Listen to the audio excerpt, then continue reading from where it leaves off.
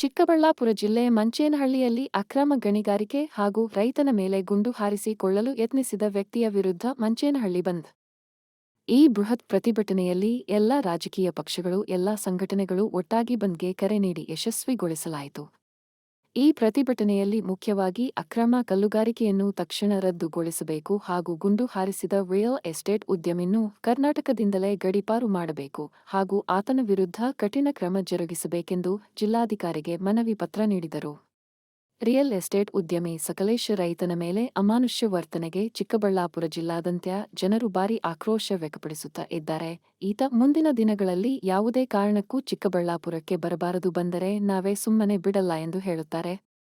ಇದೇ ಸಂದರ್ಭದಲ್ಲಿ ಸ್ಥಳಕ್ಕೆ ಬಂದ ಜಿಲ್ಲಾಧಿಕಾರಿ ಉದ್ಯಮಿ ಸಕಲೇಶ ವಿರುದ್ಧ ಕಠಿಣ ಕ್ರಮ ಕೈಗೊಳ್ಳುವುದಾಗಿ ಹಾಗೂ ಅಕ್ರಮ ಕಲ್ಲು ಗಣಿಗಾರಿಕೆಯನ್ನು ರದ್ದುಪಡಿಸಲು ಶಿಫಾರಸು ಮಾಡುವುದಾಗಿ ತಿಳಿಸಿದರು.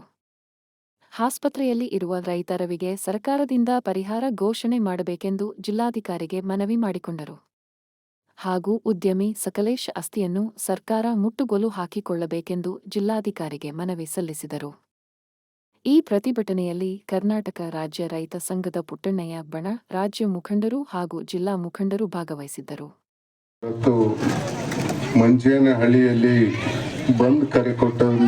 ಬಂದ್ ಕರೆಯಲ್ಲಿ ಭಾಗವಹಿಸಿದಂತ ಎಲ್ಲ ಗೌರವಾನ್ವಿತ ರೈತ ಬಾಂಧವರೇ, ಬೇರೆ ಬೇರೆ ಸಂಘ ಸಂಸ್ಥೆಗಳ ಮುಖಂಡರೇ, ರಾಜಕೀಯ ಪಕ್ಷಗಳ ಮುಖಂಡರೇ,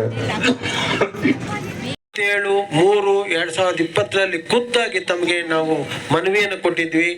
ಏನು ಈ ಪ್ರದೇಶದ ಪ್ರಾಮುಖ್ಯತೆ ಏನು, ಪರಿಸರಕ್ಕೆ ಆ ಒಂದು ಬೆಟ್ಟದಿಂದ ಎಷ್ಟು ಅನುಕೂಲ ಇದೆ, ಎಷ್ಟು ಪರಿಸರಕ್ಕೆ ಬಹಳ ಮುಖ್ಯವಾದಂಥ ಪ್ರದೇಶ ಅಂತ ಮನವರಿಕೆ ಮಾಡಿಕೊಂಡು ಎಲ್ಲಷ್ಟು ಯಾವುದಕ್ಕೆ ಆಗಲಿ ಆ ಗಣಿಗಾರಿಕೆಯ ಕಲ್ಲು ಗಣಿಗಾರಿಕೆ ವಿರೋಧಿ ಸಮಿತಿ ವತಿಯಿಂದ ಮಂಚನಹಳ್ಳಿ ಗ್ರಾಮದ ಸರ್ವೆ ನಂಬರ್ 188ರಲ್ಲಿ 2 ಎಕರೆ ಮತ್ತು ವಲಸೇನಹಳ್ಳಿ ಗ್ರಾಮದ ಸರ್ವೆ ನಂಬರ್ 34ರಲ್ಲಿ 7 ಎಕರೆ ಅಕ್ರಮ ಗಣಿಗಾರಿಕೆಗೆ ನೀಡಿರುವ ಪರವಾನಗಿಯನ್ನ ರದ್ದು ಮಾಡುವ ಬಗ್ಗೆ ಮನವಿಯನ್ನ ಇವತ್ತು ನನಗೆ ಸಲ್ಲಿಸಿದ್ದೀರಾ. ನಾನು ಮನವಿಯನ್ನ ಸ್ವೀಕರಿಸಿದ್ದೇನೆ.